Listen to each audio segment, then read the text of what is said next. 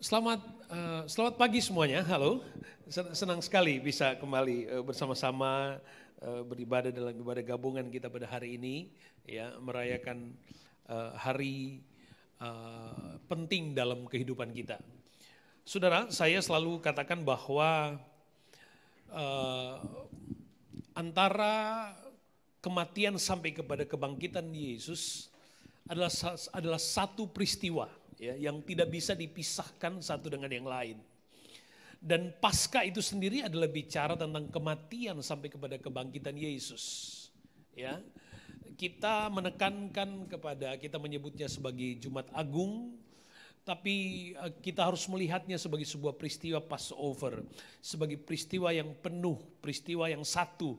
Ya, kita merayakan Paskah itu sendiri.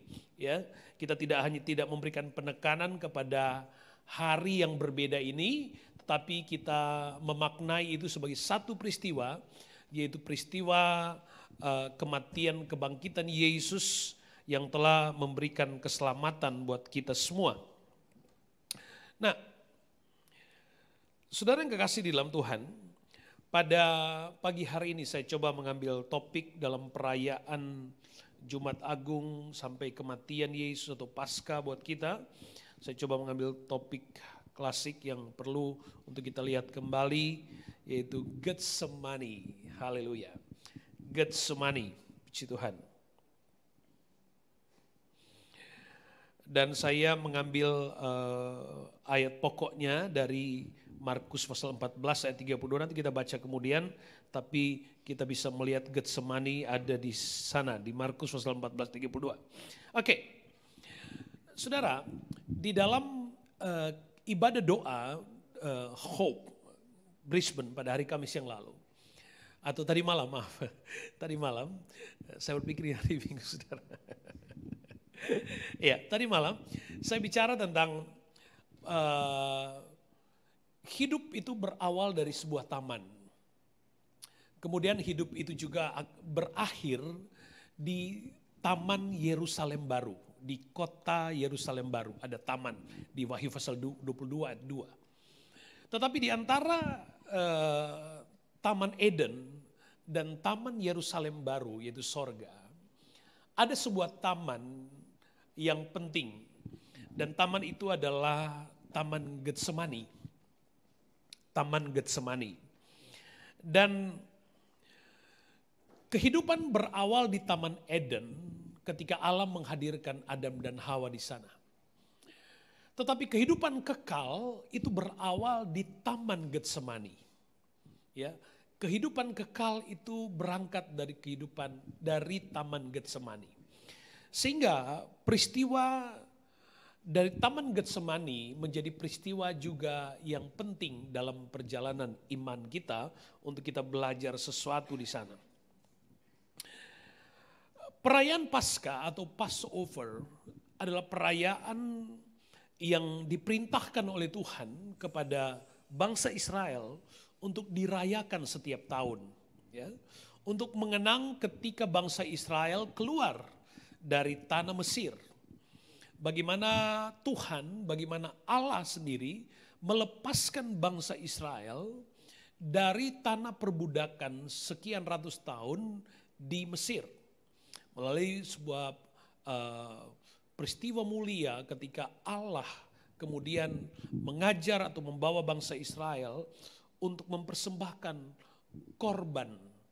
Saya ingat tahun yang lalu pada peristiwa Paskah juga saya bicara secara spesifik tentang hal itu. Nah, saudara yang kekasih di dalam Tuhan, perayaan ini dilakukan oleh bangsa Israel tahun demi tahun. Dan di dalam perayaan itu, bangsa Israel diajar untuk mempersembahkan korban. Ya, mempersembahkan korban, itu korban binatang. Tahun demi tahun mempersembahkan korban, dan persembahan korban binatang itu harus dilakukan di Yerusalem, di Bait Allah. Dan korban persembahan melalui korban binatang nanti berhenti pada tahun 70 ketika Bait Allah itu dihancurkan oleh Jenderal Titus. Tapi poinnya saudara, sampai pada masa Yesus, itu korban perayaan di mana ada binatang yang dikorbankan di mezbah. Itu dilakukan sebagai perintah. Dilakukan sebagai perintah. Nah saudaraku yang kekasih, saya coba belajar dan coba melihat bahwa setiap tahun di dalam perayaan itu ada catatan yang mengatakan bahwa tidak di tahun yang sama, tapi di masa kehidupan Yesus, jumlah korban binatang yang dipersembahkan di mezbah dalam perayaan Passover itu sekitar 256.000 korban binatang dalam satu hari. Dan itu dikorbankan di atas mezbah di Bait Allah. Bahkan ada catatan yang lebih ekstrim, 1,2 million binatang yang dikorbankan. Sebagian mengatakan itu terlalu besar. Tapi poinnya adalah, kalau saudara kita belajar dalam Perjanjian Lama, ketika Salomo mentabiskan Bait Allah, dia mempersembahkan korban binatang 142.000. Jadi sudah sejak jauh sebelumnya ada korban binatang yang sekian banyak. Sehingga saudara pada perayaan Passover itu, pada perayaan mezbah korban itu, para imam itu mereka berlutut di atas genangan darah yang begitu banyak. Ya, genangan darah yang begitu. Sehingga Bait Allah itu sendiri didesain demikian rupa, saudara. Didesain demikian rupa karena begitu besar, ya, begitu banyak korban yang dikorbankan. Kita akan lihat nanti melalui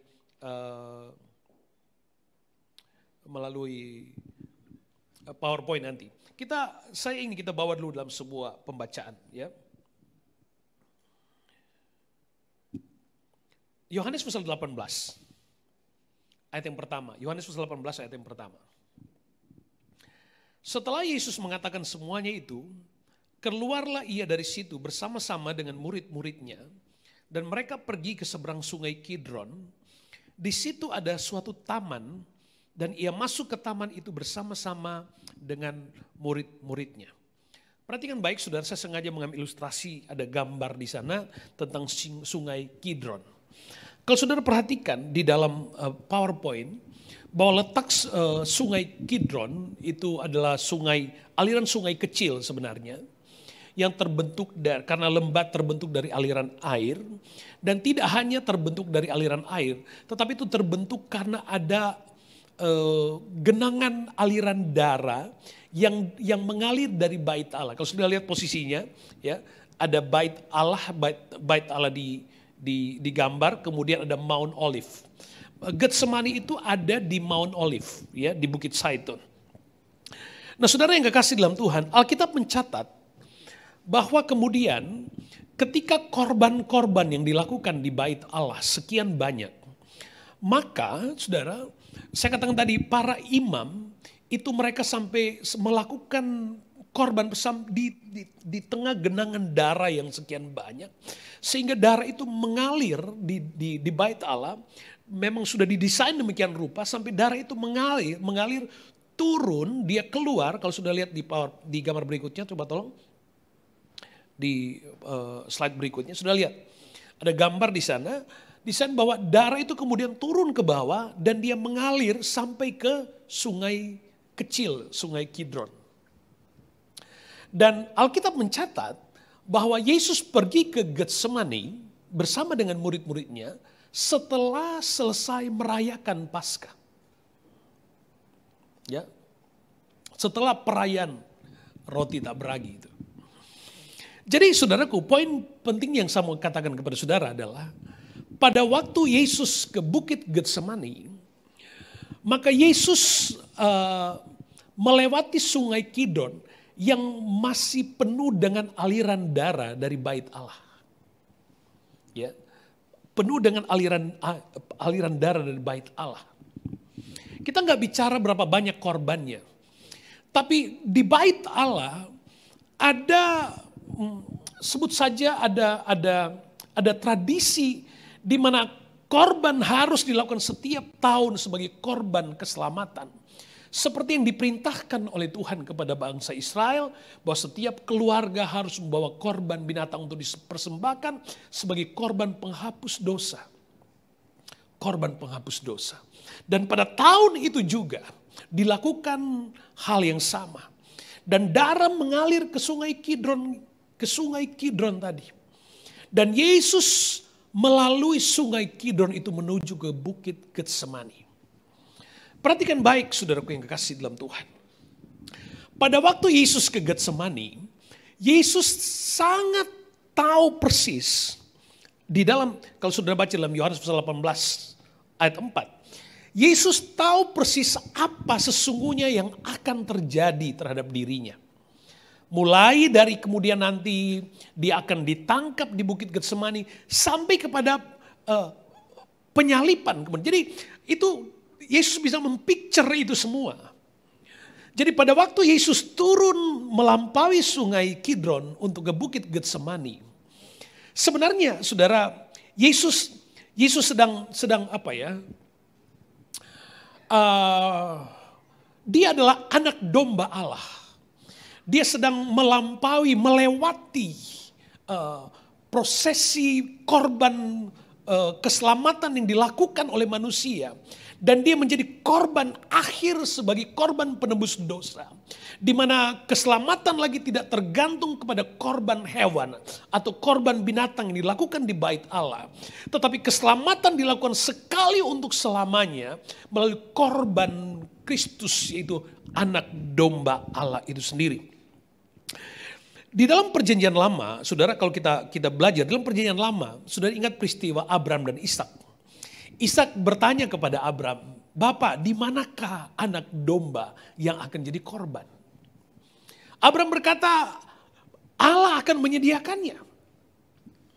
Tetapi di perjanjian baru, bukan lagi bicara tentang di manakah anak domba, tapi perjanjian baru, Yohanes berkata di dalam perjanjian baru, "Lihat anak domba Allah yang menghapus dosa dunia." Yohanes 1:29. Lihat anak domba Allah. Perjanjian baru menekankan tentang Yesus sebagai korban. Yesus sebagai anak domba Allah menjadi korban keselamatan. Jadi keselamatan yang dihadirkan oleh Yesus tidak lagi keselamatan yang berorientasi kepada ritual yang dilakukan setiap tahun di mezbah di bait Allah melalui korban binatang. Tetapi Yesus melampaui itu. Yesus melewati itu, melampaui apa yang menjadi kemampuan manusia untuk mencari keselamatan atas dirinya sendiri. Yesus melakukannya sebagai korban itu sendiri. Di dalam 1 Petrus 1 ayat 18, sebab kamu tahu bahwa kamu telah ditebus dari cara hidupmu yang sia-sia, yang kamu warisi dari nenek moyangmu, itu bukan dengan barang yang fana, bukan pula dengan perak atau emas, melainkan dengan darah yang mahal, yaitu darah Kristus, yang sama seperti darah anak domba yang tak bernoda dan tak bercacat. Pengorbanan Yesus disebut, Alkitab mengatakan darah yang mahal, itu darah Kristus. Sama seperti darah domba yang tak bercacat. Jadi keselamatan tidaklah keselamatan bagi seluruh dunia, tidak lagi, saya katakan tadi, tidak lagi bergantung kepada ritual yearly yang dilakukan oleh bangsa Israel dengan mempersembahkan korban sekian ratus ribu banyaknya. Tetapi Yesus mengambil alih semua kemampuan manusia dan membawanya sampai di kayu salib. Dan dia menjadi korban satu-satunya untuk selamanya memberikan keselamatan. Alkitab mencatat itu dengan jelas. Bahwa kita ditebus dari cara hidup kita yang sia-sia. Bukan dengan sesuatu yang fana, tapi dengan darah yang mahal. Ketika kita bicara tentang darah yang mahal, saudara bayangkan bahwa ritual yang dilakukan pada zaman itu tentang darah yang sekian banyak, para imam harus berlutut di tengah genangan darah yang sekian banyak. Jadi sangat, pengorbanan darah itu sesuatu yang sangat dihargai. Tetapi pengorbanan Yesus bernilai jauh lebih tinggi dari sekedar korban binatang. Pengorbanan Kristus di kayu salib dikatakan bukan dengan darah, bukan dengan sesuatu yang fana. Tapi darah Kristus tak bercacat. Dia mengambil alih itu semua. Sehingga pada bagian ini saya ingin berkata bahwa Getsemani adalah tempat Yesus mengambil alih semua tindakan manusia dan membawanya sampai di kayu salib. Kenapa? Karena manusia tidak dapat diselamatkan dengan kemampuan dan apapun yang dia lakukan. Manusia tidak dapat diselamatkan dengan apa yang dia miliki. Manusia tidak dapat diselamatkan dengan segala sesuatu yang dapat dia korbankan kepada Tuhan. Tapi manusia hanya beroleh keselamatan oleh anugerah melalui pengorbanan Kristus di kayu salib, bukan yang lain. Getsemani sebagai tempat Yesus mengambil alih semua tindakan manusia. Dia melampaui kebiasaan manusia. Dia melewati kebiasaan-kebiasaan dilakukan oleh manusia. Pada waktu Yesus sadar banget bahwa dialah anak domba Allah yang akan menjadi korban sampai di kayu salib. Itulah pesan penting di dalam perayaan kematian Kristus pada hari ini. Bahwa Getsemani juga menjadi awal dari kehidupan kekal bagi manusia. Di Taman Eden, Adam jatuh dalam dosa. Sehingga semua umat manusia mewarisi dosa turunan ini. Tetapi di Taman Getsemani, awal dari kehidupan kekal. Ketika Kristus menyerahkan sepenuhnya kehendaknya kepada kehendak Bapa. Yesus menyerahkan sepenuhnya kepada kehendak Bapa. Markus pasal 14 ayat 32. Lalu sampailah Yesus dan murid-muridnya ke satu tempat yang bernama Getsemani. Getsemani artinya batu kilangan. Getsemani adalah satu tempat di Gunung Zaitun, di Bukit Zaitun atau Mount Olive. Dan di tempat Getsemani, di mana Yesus menjadi tempat kesukaan Yesus, salah satu tempat favoritnya Yesus untuk datang. Itulah tempat spesifik untuk tempat pengirikan, tempat membuat minyak zaitun, minyak olive, saudara. Dan minyak zaitun yang murni hanya akan bisa dihasilkan melalui sebuah proses pengirikan. Dan pada tradisi zaman itu bahwa teknologi untuk menghancurkan atau mendapatkan minyak dari buah zaitun adalah dengan menghancurkan buah itu. Sampai benar-benar dia mengeluarkan minyak yang murni. Dan pada zaman itu kebutuhan tentang minyak zaitun kira-kira sama dengan kebutuhan kita hari ini tentang kebutuhan petrol mungkin, minyak goreng mungkin, ya. Jadi ada minyak zaitun pada zaman itu digunakan untuk banyak kebutuhan manusia. Dan sekali itu hanya dapat dihasilkan ketika melalui proses pengirikan. Nah, saudara yang kekasih, apa picture yang dapat kita lihat di sana? Di Bukit Getsemani, ketika Yesus sedang berdoa, Alkitab mencatat dia menyerahkan sepenuhnya kehendaknya kepada Bapa. Sudah bisa membaca sendiri Lukas pasal 22 ayat 42 sampai 44 di sana dikatakan, bukan kehendakku yang jadi, melainkan kehendakmu. Jadi Yesus menyerahkan sepenuhnya kehendaknya kepada Bapa di sorga. Dan pada saat itu Alkitab mencatat dalam pembacaan kita bahwa sampai peluhnya bertetesan seperti darah. Saya pernah menjelaskan ini bahwa pada saat itu Yesus sebagai manusia seutuhnya dia mengalami sebuah pengalaman disebut dengan istilah medis hematirosis, saudara. Sampai berkeringat darah. Ketika seseorang ada pada suasana yang suasana yang tegang, takut, kemudian pembuluh darah pecah sehingga darah keluar dari kelenjar-kelenjar keringat, jatuh bertetesan ke tanah.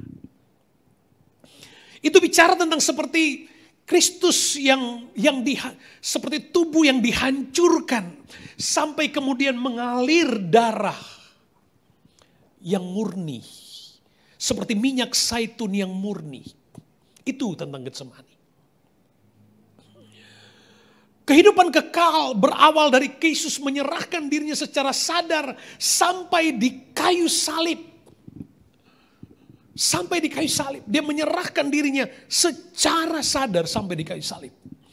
Saudara yang kekasih di dalam Tuhan, kitab Yesaya pasal 53 menjelaskan. Sudah bisa baca Yesaya pasal 53, ada beberapa ayat, tapi saya membaca ayat 7 saja. Dia dianiaya, dia membiarkan dia ditindas dan tidak membuka mulutnya. Seperti anak domba yang dibawa ke pembantaian. Seperti induk domba yang keluh di depan orang-orang yang menggunting bulunya. Ia tidak membuka mulut. Ia menyerahkan dirinya. Ini yang kita rayakan pada hari ini. Ketika Yesus, ketika Kristus Tuhan kita. Dia adalah pribadi yang sempurna yang dapat melakukan apapun juga. Tapi dia memberikan dirinya sepenuhnya untuk menjadi korban penghapus dosa, korban keselamatan. Supaya saya dan saudara ada pada hari ini dan hidup di dalam keselamatan. Dia telah mengambil semua kemampuan kita hari ini dan membawanya sampai di kayu salib. Karena Kristus sadar kita, saya dan saudara tidak sanggup menyelamatkan diri kita sendiri. Kita nggak mampu. Hanya dengan kekuatan dan kemampuan Kristus melalui pengorbanannya, maka kita dimungkinkan untuk selamat. Tidak ada ritual apapun dapat membawa kita ke keselamatan selain keselamatan yang diberikan oleh Kristus melalui pengorbanannya di kayu salib.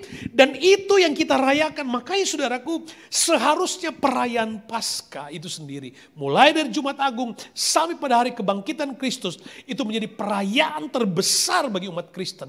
Kenapa? Karena di sana kita bisa, ini menjadi refleksi buat kita bahwa kita telah memperoleh kemenangan melalui Kristus. Ketika ia mengorbankan dirinya, ia menyerahkan kehendaknya kepada Bapa.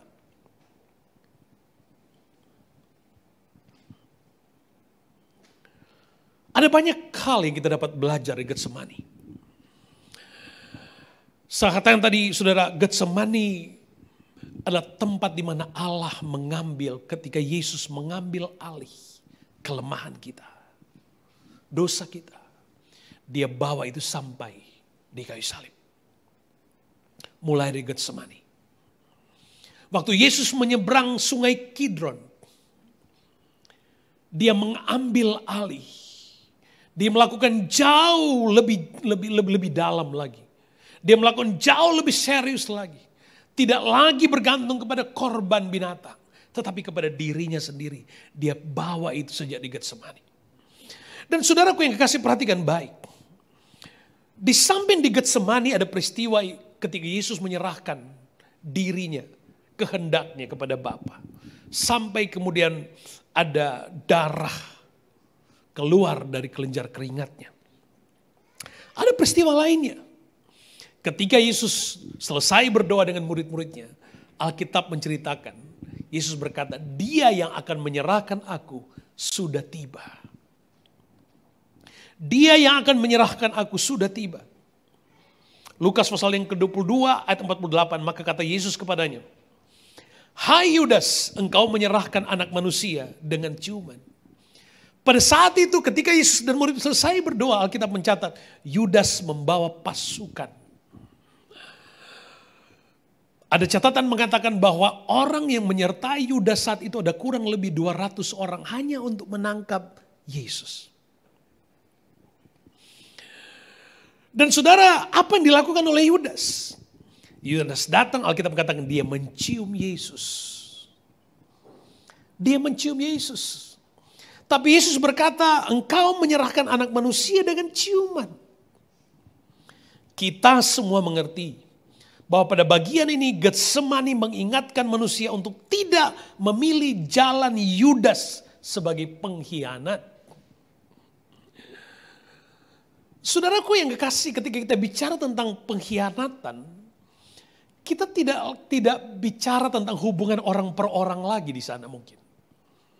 Pada konteks kita hari ini, pengkhianatan bisa berarti tentang seperti kita menjual iman kita kepada yang lain. Seperti kita memandang remeh pengorbanan Yesus. Seperti kita tidak menghormati Kristus. Seperti kita menodai pengorbanan Yesus. Itu yang dimaknai sebagai pengkhianatan iman.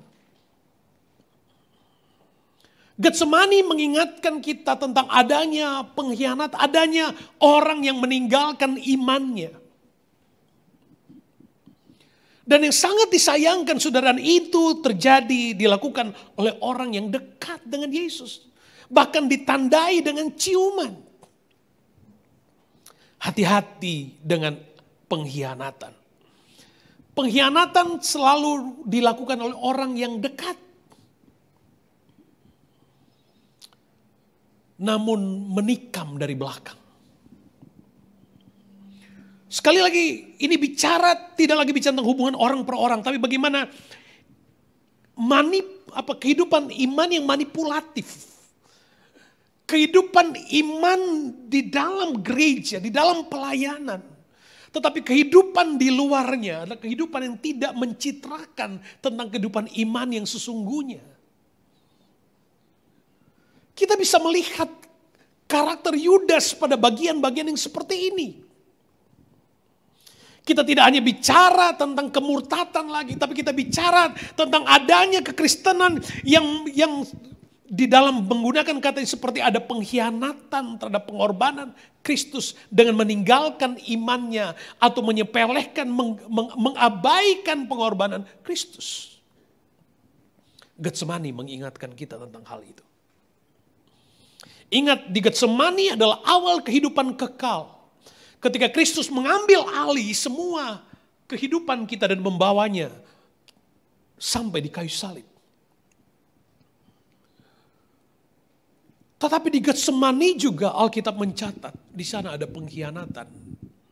Puncak dari pengkhianatan.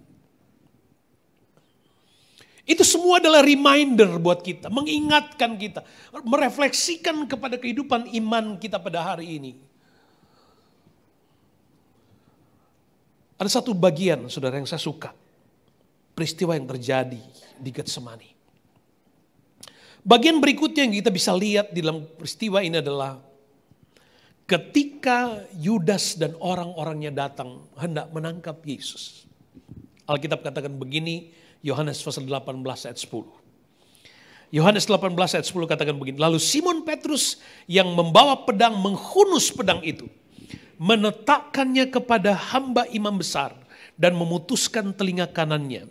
Nama hamba itu Malkus. Kata Yesus kepada Petrus, sarungkan pedangmu itu. Bukankah aku harus minum cawan yang diberikan Bapa kepadaku?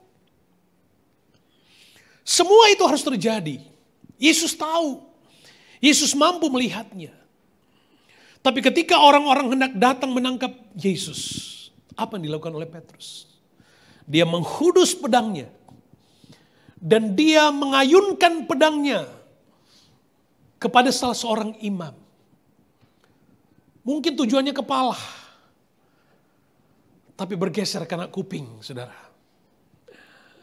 Dan kupingnya putus. Kupingnya putus. Dan Yesus berkata kepada Petrus, sarungkan pedangmu. Bukankah sudah kukatakan kepadamu bahwa semua ini harus terjadi. Sebab demikianlah kata firman Tuhan. Apa yang terjadi di Getsemani? Perhatikan dengan baik. Saya terus membaca dulu, saudara. Matius 26 ayat 53. Atau kau sangka bahwa aku tidak dapat berseru kepada Bapakku supaya ia segera mengirim lebih dari 12 pasukan malaikat membantu aku? Jika begitu, bagaimanakah akan digenapi yang tertulis dalam kitab suci yang mengatakan bahwa harus terjadi demikian? Saudara, Yesus katakan kepada Petrus bahwa apakah Yesus nggak sanggup membela diri? Dia bisa membela diri. Bahkan dia kata dia sanggup mengutus 12 pasukan malaikat untuk datang membela. Tapi itu tidak dilakukannya. Sebab semua ini harus terjadi. Semua ini harus terjadi.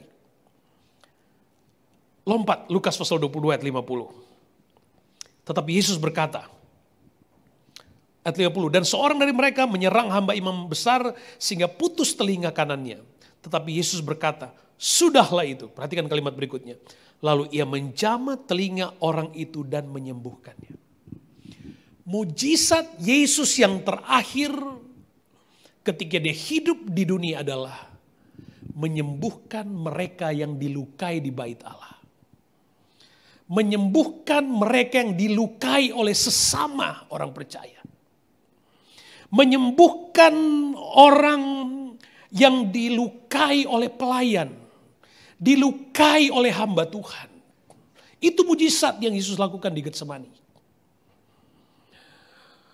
Yesus menyembuhkan orang yang dilukai oleh sesama orang percaya yang membenarkan diri dengan menggunakan ayat-ayat firman Tuhan bahkan. Di Getsemani, Alkitab katakan Yesus menjamah kuping dari Malkus dan menyembuhkannya. Dan itu mujizat terakhir Yesus ketika dia hidup di dunia. Menyembuhkan hati yang luka. Membebat hati yang luka. Dan mujizat itu bukan lagi untuk orang yang di luar sana. Tetapi Yesus memulihkan bait Allah. Dari setiap luka.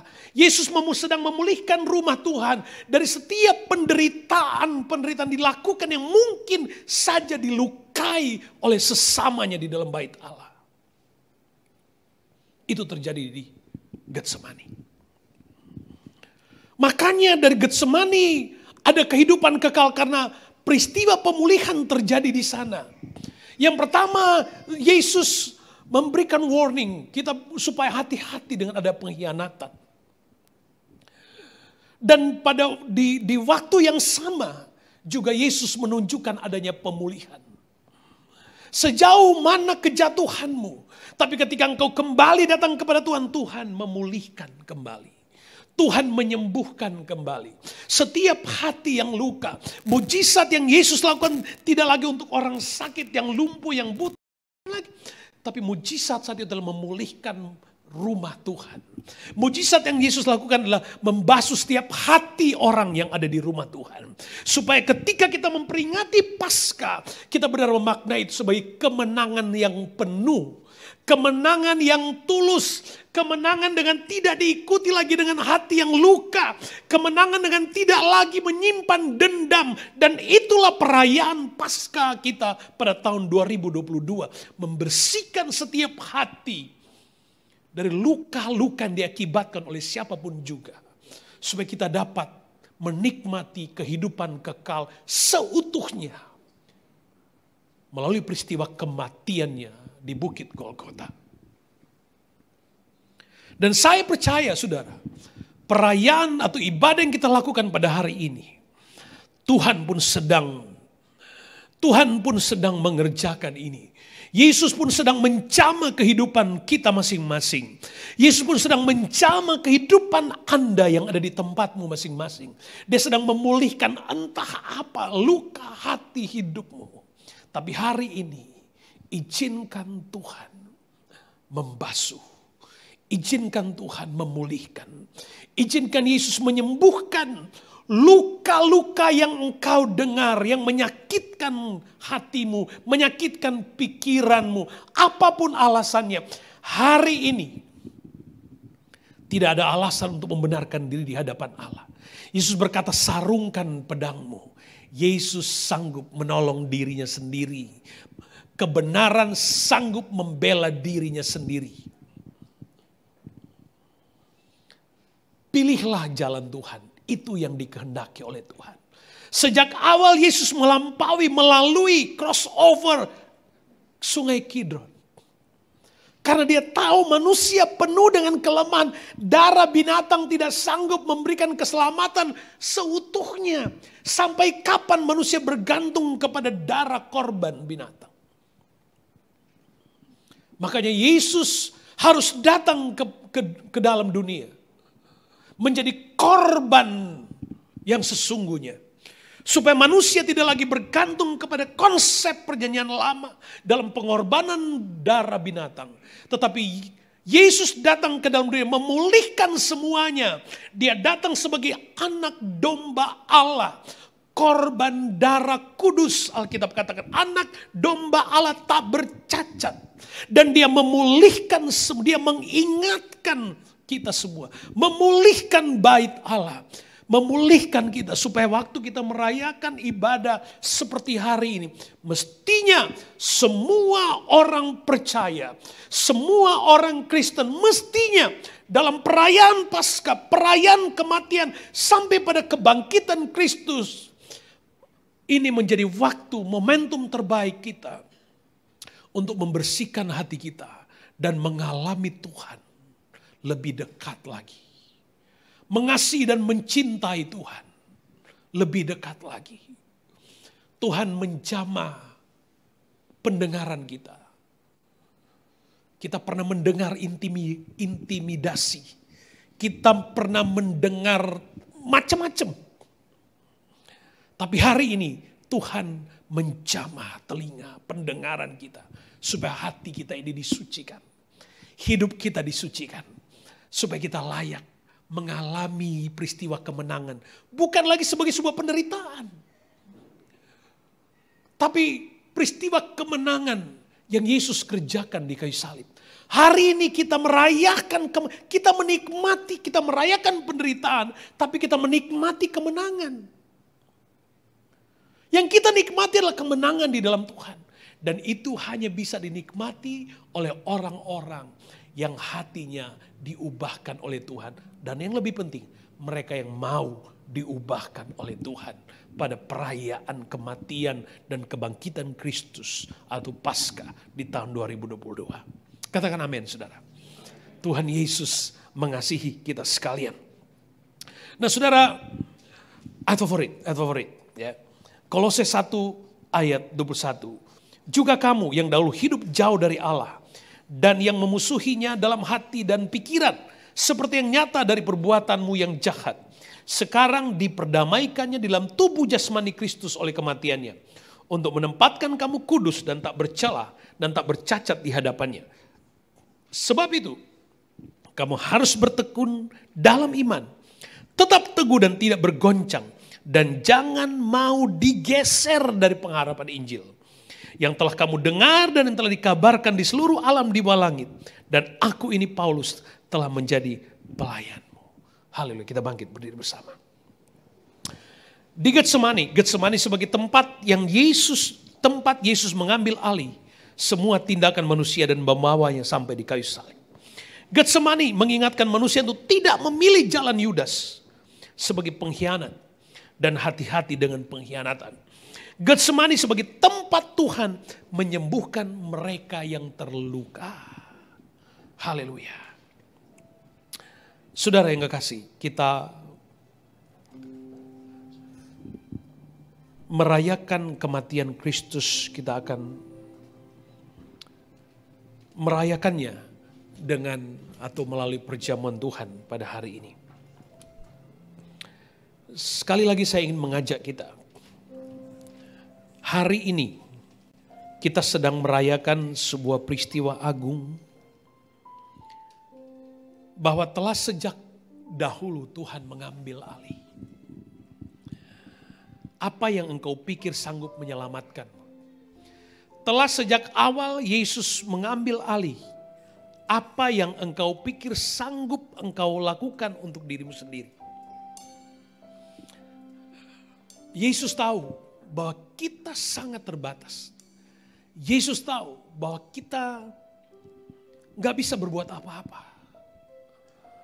Maka dengan kesadaran penuh dia melewati batas kemampuan yang dapat dilakukan oleh manusia. Dengan darah kudusnya, darah sucinya. Bahkan dia mati di kayu salib. Supaya kita semua dapat menikmati keselamatan yang sesungguhnya.